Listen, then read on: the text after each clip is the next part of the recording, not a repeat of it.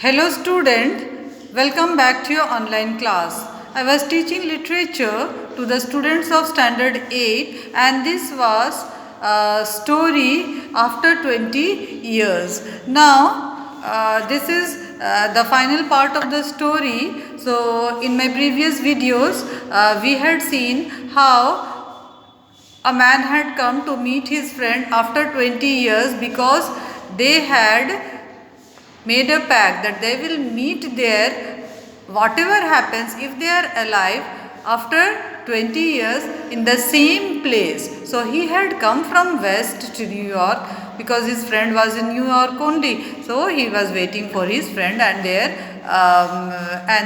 as he was waiting his friend has also arrived, and before that a policeman had also come there and they had a talk. Now see, here what happens. Now, come on Bob, we'll go around to a place I know of and have a good long talk about old times. Okay, so Jimmy has come over there now because the restaurant was not there where they had dined earlier before 20 years. So he said that come, we'll go to some other place and we'll talk about our old times. What do you have done in your life and what I have done.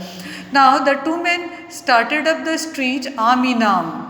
A man from the west, his egotism enlarged by success, was beginning to outline the history of his career. The other, submerged in his overcoat, listened with interest. Now here see, the man who had come from west. Okay, so Bob has come from west and he was telling his story. Okay, he was as if he was very proud of it. Okay, of his success story. He has he's very wealthy, he has acquired lots of wealth. Now here while his friend Jimmy is listening to his history of his career, and he submerged his overcoat, listened with interest. Submerged his overcoat means completely covered, okay, because his collars were raised, okay, it was a long coat, so completely he was in his coat covered. And he listened with lots of interest to his friend. At the corner stood a drug store.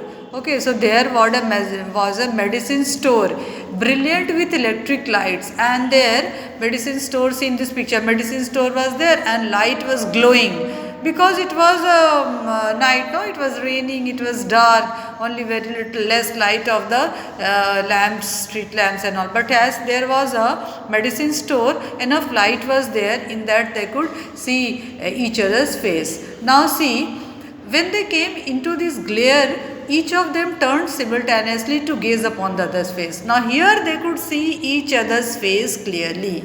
The man from the west stopped suddenly and released his arm. So the man was, that Bob was holding Jimmy's hand. So suddenly he released his hand, he took out his hand, okay, he left his arm. You are not Jimmy Wells, he snapped. He said, you are not Jimmy. 20 years is a long time, but not long enough to change a man's nose from a Roman to a pug. So he is telling that you are not Jimmy, you are not my friend, okay, because you can become tall and all, but the shape of your nose cannot change. Okay, what he is telling that the nose from a Roman to a pug, it cannot change. A Roman nose is slightly curved, okay, Roman are slightly curved, and a pug means pug nose is somewhat flattened and upturned at the end. So the nose cannot change, shape of the nose cannot. My friend's nose was of a Roman and you have a flattened nose.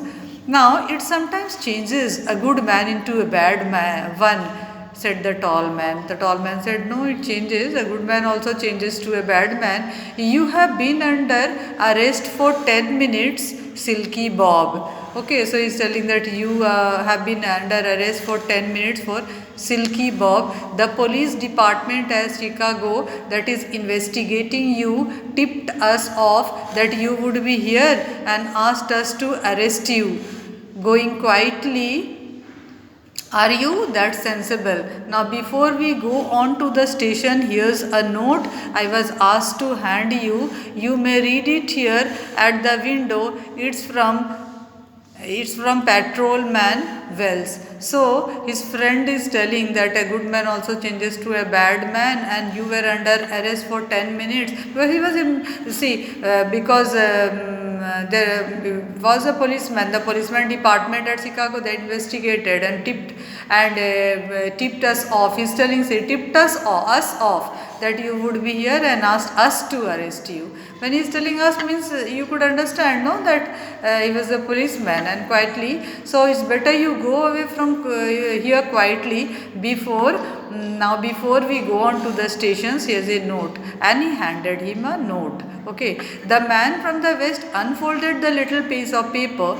His hand was steady when he began to read, but it trembled a little by the time he had finished, and the note was rather short. So his friend Jimmy left from there, and Bob opened it and read it. Okay, and his hand started trembling. So what was written in it?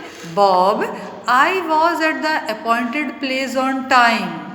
When I saw your face in the torchlight, that means he was only the policeman. I saw it was the face of a man wanted in Chicago.